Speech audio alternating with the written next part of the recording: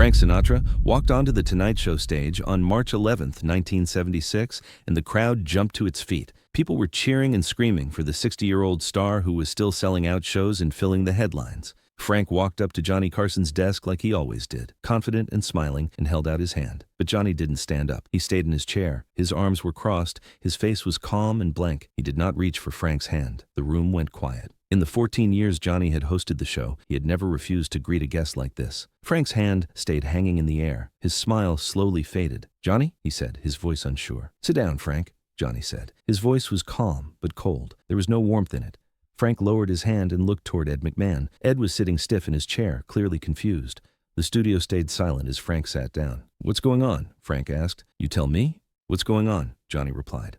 Frank leaned back in his chair, trying to look relaxed. "I don't know what you mean, Johnny. I came here to have a good time. Maybe sing a song, tell a few stories." "Let's tell some stories then," Johnny said. "Let's talk about what happened 3 nights ago at the Sands in Las Vegas." Frank's face changed right away. The easy smile disappeared. "Johnny, I don't think..." 3 nights ago, one of my writers, Eddie Reynolds, was in Las Vegas with his wife for their anniversary," Johnny said. "Eddie is 26 years old. He's been writing for this show for 2 years. He's one of the best joke writers I've ever worked with. They went to see your show at the Sands. They paid for good seats. His wife grew up listening to your music. This was supposed to be the best part of their trip." Johnny tightened his jaw. "Eddie told me what happened. At first I didn't believe him. I thought he must have misunderstood. So I called the Sands. I spoke to the manager. He confirmed everything." Frank looked down at his hands. "Do you want to tell everyone what happened?" Johnny asked. "Or should I?" "Johnny, let's talk about this privately," Frank said softly. "No," Johnny said. "You did this in public, in front of 300 people at the Sands, so we'll deal with it in public here." Ed McMahon tried to step in, but Johnny stopped him. Johnny went on. "Eddie and his wife were sitting in the 5th row. The show started. You sang a few songs. Everything was fine. Then you started talking between songs. You made some jokes. One of those jokes was about my show." Frank looked up. "It was just a joke, Johnny. Just entertainment. According to Eddie," Johnny said, "you said, and I'm quoting, 'Johnny Carson sits behind that desk every night pretending he's some big shot, but he's just a Nebraska hick who got lucky. He wouldn't last. 5 minutes in the real entertainment business.'" You could hear the audience react. "Then you said, 'And his writers? Don't get me started on his writers. A bunch of hacks who couldn't write their way out of a paper bag. I've seen better jokes in fortune cookies.'" Johnny's voice grew sharper. "Eddie was sitting there with his wife, who admires you, while you insulted his work, his job, and the show he helps create. The show I've hosted for 14 years. Frank leaned forward. "Johnny, I was drunk. I say stupid things when I'm drunk. Everyone knows that." "Yes," Johnny said. "Everyone knows that. Frank Sinatra gets drunk and says whatever he wants, and people accept it, because you're Frank Sinatra, because nobody touches you." Johnny stood up. "But Eddie isn't untouchable," he said. "He's a 26-year-old man trying to build a career and take care of his wife, and you embarrassed him in front of 300 people. In front of his wife." The studio was completely silent. "After the show," Johnny continued, "when Eddie and his wife tried to leave, people recognized him. They knew he wrote for The Tonight Show. They laughed at him. They called him a hack. They told him to find another job. They joked about him being a writer for a Nebraska hick. His wife stood there and watched it happen. She watched her husband get humiliated because you were drunk and careless." Johnny walked out from behind his desk and stood in front of Frank. "When Eddie came back from that trip, he quit," Johnny said. "He told me he had lost his confidence. He said that if Frank Sinatra thinks he's a hack, then maybe he really is. He said he doesn't belong in this business." Johnny's voice was tight and angry. "That's why I didn't shake your hand. You ruined a young man's career just to get a cheap laugh from a room full of drunk people in Las Vegas." "I'm not going to pretend that's okay." The audience sat in heavy silence. A few people slowly nodded. Others appeared uncomfortable. This was Frank Sinatra. Public confrontations with Frank Sinatra simply didn't happen. Frank sat motionless for a long moment. Then he stood slowly. Tears began running down his face. "You're right," Frank said quietly. "About all of it." The audience reacted with surprise. "I was drunk. I've been drunk too often lately. When I'm drunk, I say terrible things. Things I don't mean. Things that hurt people." He wiped his eyes. "I don't even remember saying those things about you or your show or your writers, but I believe it happened. Because that's what I do. I get drunk, I run my mouth, I hurt people. Then I wake up the next day and people tell me what I said and I feel sick. But I do it again anyway." Frank looked at Johnny. I'm a mean drunk. I've been getting away with it my whole life because I can sing, because people love my music, because I'm Frank. Sinatra and Frank Sinatra can do whatever he wants. His voice broke. But you're right. I destroyed that writer's confidence. Eddie, I don't even know him, never met him, and I destroyed him for a laugh because I'm selfish and think the whole world revolves around me. The audience sat stunned.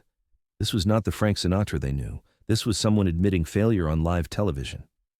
Frank turned to the camera. Eddie Reynolds, if you're watching this, I'm deeply sorry. What I said was cruel and unfair and wrong. You're not a hack. I'm the hack. I've been coasting on talent while treating people terribly. He paused. And to your wife, I'm sorry I ruined your anniversary. I'm sorry I made you watch me humiliate your husband. I'm sorry I turned what should have been a good memory into something painful. Frank sat back down and put his head in his hands. I need help. I need to stop drinking. I need to stop being this person. This person is destroying everything good in my life, and destroying other people's lives too. Johnny remained standing. The anger in his expression had shifted to concern. Johnny returned to his desk. Frank, I didn't bring you here to humiliate you. I brought you here because I needed answers. I needed to understand why you'd do something like that. I don't have a good answer, Frank said. The truth is I'm miserable. I have been for years. Instead of dealing with it, I drink. When I drink, I try to make everyone else feel as miserable as I do. He looked at Johnny. You're successful. You're good at what you do. You're respected. Some drunk part of me wanted to tear you down, wanted to make you smaller so I could feel bigger. Frank wiped his eyes again. But it didn't work. It never works. I just feel worse, and now I've hurt people who didn't deserve it. Again, Ed McMahon spoke quietly. Frank, we've all said things we regret. We've all done things we wish we could take back. Not like this, Frank said. Not repeatedly. Not for decades. This isn't one mistake. This is a pattern. This is who I've become. He looked at the audience. People think being Frank Sinatra is wonderful. Parts of it are, the music, the performances, the audience's love. But the rest of it? The constant pressure, the expectations, the loneliness. It's hell. His voice grew stronger. I've dealt with it by drinking, by being cruel, by pushing everyone away. My ex-wives, my children, my friends, everyone. Because it's easier to be alone than to let people see how broken I actually am. Frank stood again. Johnny, I know saying sorry doesn't fix what I did. It doesn't bring Eddie back to his job. It doesn't undo the humiliation. But I am sorry. And I'm going to do more than just say it. He pulled a piece of paper from his jacket pocket. This is Eddie's address. I got it from the Sands. They had it on file from when he bought tickets. Frank held up the paper. I'm going to his house tomorrow, in person, not sending flowers or a pile or a telegram. I'm going myself. I'm going to apologize to him and his wife, face to face. I'm going to try to fix what I broke. The audience began applauding hesitantly at first, then with more conviction. Johnny raised his hand. I appreciate the gesture, Frank, but Eddie doesn't need another famous person showing up at his door. What Eddie needs is his confidence back, his career back. Frank nodded. What do you suggest? Johnny considered for a moment. You're performing at the Sands for another 2 weeks, correct? Yes, Frank confirmed. Tomorrow night during your show, you're going to tell that audience what you just told us, Johnny said. You're going to apologize for what you said about Eddie, about my show, about the Tonight Show writers. And you're going to do it sober. Frank's eyes widened. Johnny, and then you're going to invite Eddie and his wife back to the Sands, front row seats, complimentary. You're going to dedicate a song to them, and you're going to tell those 300 people that Eddie Reynolds is one of the best comedy writers in America and that you're honored he was in your audience. Frank remained quiet, processing. Can you do that? Johnny asked. Will you do that? Yes, Frank said. I'll do it, all of it. Johnny stood and walked around his desk. He extended his hand to Frank. They shook hands, both men holding the grip for a long moment. I'm sorry, Frank said again. I know, Johnny said. Now prove it. They released hands. Frank returned to his chair. The energy in the studio had shifted completely. This was no longer a confrontation. This had become something closer to redemption. Johnny sat back at his desk. Let's talk about this, about being famous, about the pressure, about drinking to cope. I think many people need to hear this conversation. Frank nodded. What do you want to know? When did it start? Johnny asked. The drinking, the anger. When did Frank Sinatra become the person you don't like? Frank thought about it. I think I've always been this person. Even when I was young, when I was first starting out, I had this anger inside me, this need to prove I'm better than everyone else." He paused. "But it got worse after Ava. After that marriage fell apart, that's when I really started drinking heavily, started saying cruel things, started pushing people away before they could leave me." "Ava Gardner?" Johnny asked. "Yes," Frank said. "I loved her more than I've ever loved anyone, and I destroyed that relationship. I cheated. I lied. I was cruel when I should have been kind. When she left, I blamed her. I told everyone she was difficult, that she was the problem." Frank's voice cracked again. "But it was me. It was always me. Instead of dealing with that, I drank more, worked more, performed more. I kept moving so I didn't have to think about what I'd lost." The audience listened intently. This was not the Frank Sinatra they knew from records and movies. This was someone flawed and broken and honest. "The thing about being famous is that everyone around you tells you you're great," Frank continued. "Everyone laughs at your jokes even when they're not funny. Everyone agrees with you even when you're wrong. Everyone forgives you even when you don't deserve it." He looked at Johnny. "After a while you start believing it. You start thinking you really are special, that the rules don't apply to you, that you can say and do whatever you want because you're Frank Sinatra." Frank smiled sadly. "But you can't. The rules do apply. You're not special. You're just someone who can sing. When you forget that, you become a monster." Johnny leaned forward. "So what are you going to do? You said you need help. Are you actually going to get it?" "Yes," Frank said. "I've been thinking about it for a while. I've checked into some programs, talked to some people, but I've been too proud, too scared, too convinced I could handle it myself." He looked at the camera. "But I can't. Handle it myself. I need professional help. I'm checking into a treatment facility next month, for the drinking, for the anger, for all of it." The audience applauded loudly and supportively. "And I'm taking time off," Frank continued. "No performances for 6 months, maybe a year, however long it takes to get my head right, to become someone I can actually respect." He looked at Johnny. "Thank you for not letting me off the hook, for making me face what I did, for giving me a chance to start fixing it." Johnny nodded. "Thank you for being honest, for admitting you have a problem. That takes real courage."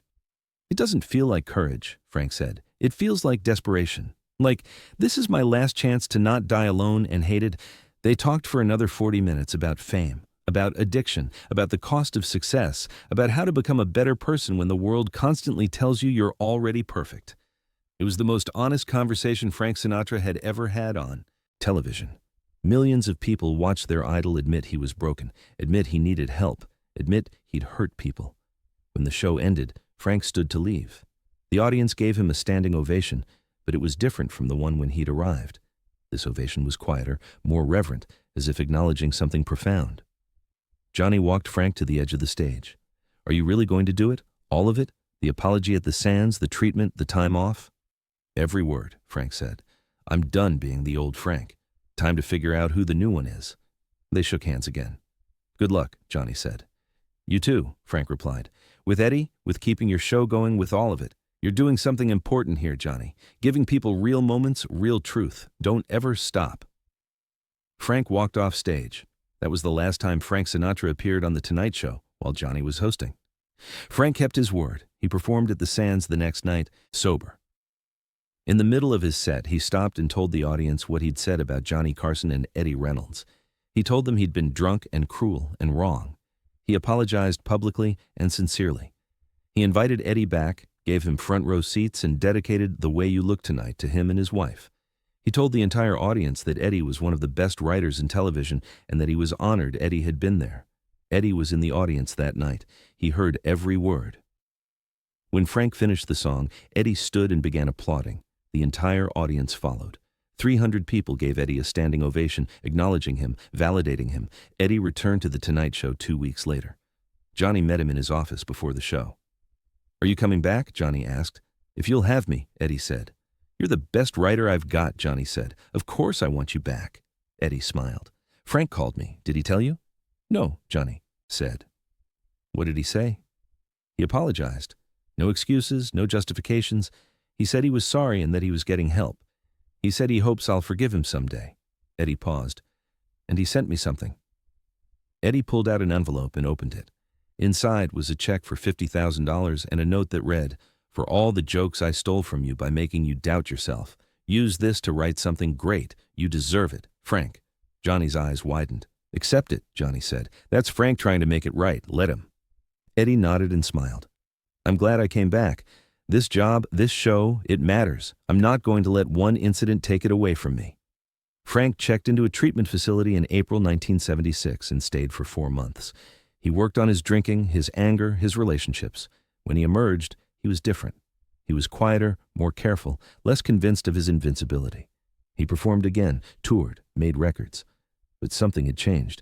He wasn't the wild, unpredictable Sinatra anymore. He had become more thoughtful, more humble, more human. In 1980, a reporter asked Frank about that night on The Tonight Show. That was the night I hit bottom, Frank said. The night I had to look in the mirror and admit what I'd become.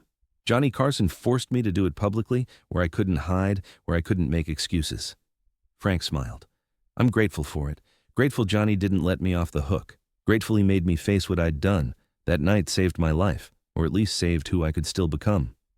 The reporter asked if he and Johnny had remained friends. We're not close, Frank admitted, but we respect each other. When I see him, we shake hands. That handshake means something because we both know what it took to get there.